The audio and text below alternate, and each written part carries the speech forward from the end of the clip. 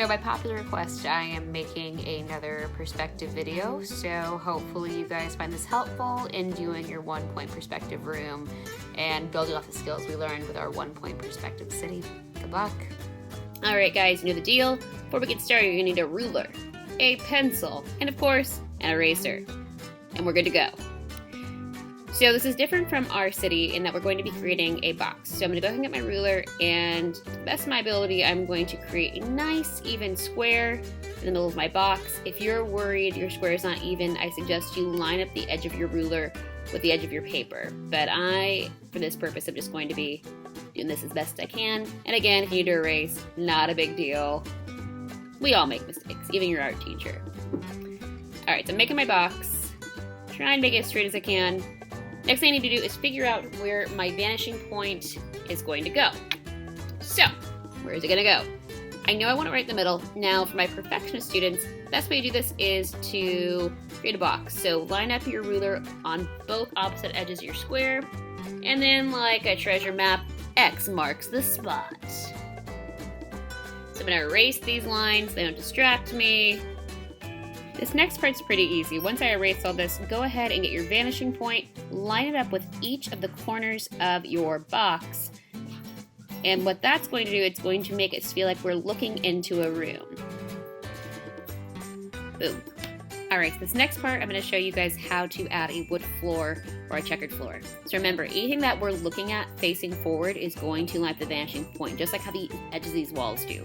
I'm going to get my ruler. I'm going to really carefully go ahead and start lining up the ruler with the vanishing point. And it's like I'm looking into this room right now, and I've got these planks that are getting farther away and smaller the farther away that they get. And I'm just going to go ahead and just really carefully move my ruler every time. And now it looks like I've got these like planks or these checkered floors towards me. If you don't go with the checkered floor, remember things farther away are smaller.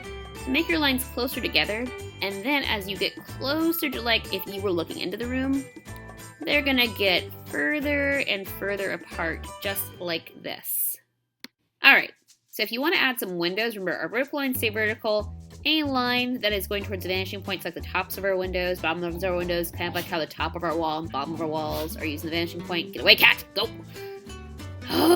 Take two. Alright, bottom of the window, line up the vanishing point, top of the window, line up the vanishing point, and just like our parallelograms, the edges are going to be straight lines.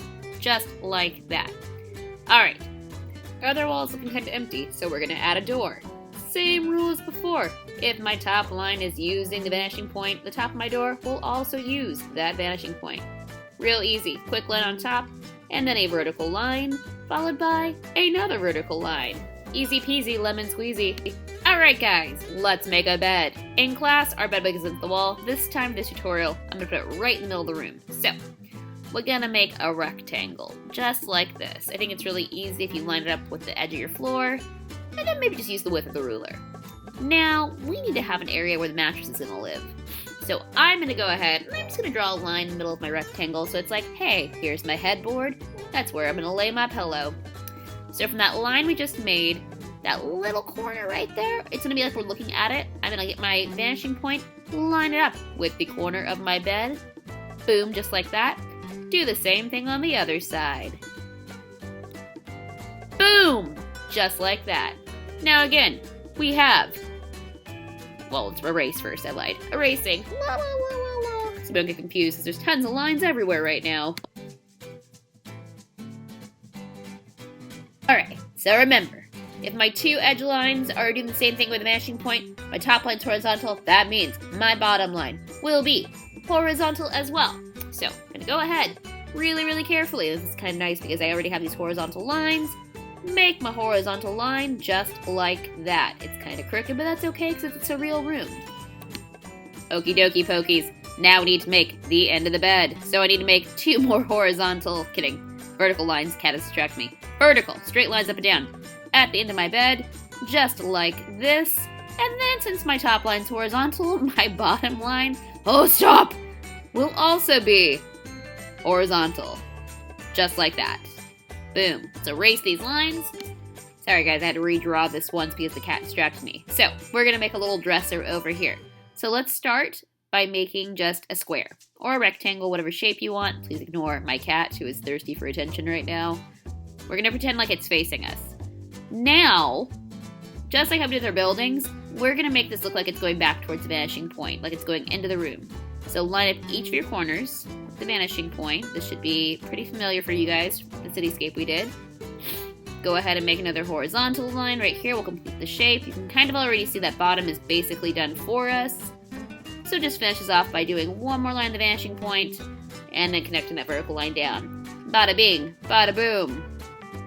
If you want to make a chair, I'm just going to really quickly do like a fast tutorial on this one. You're welcome to watch along, but I'm going to speed it up.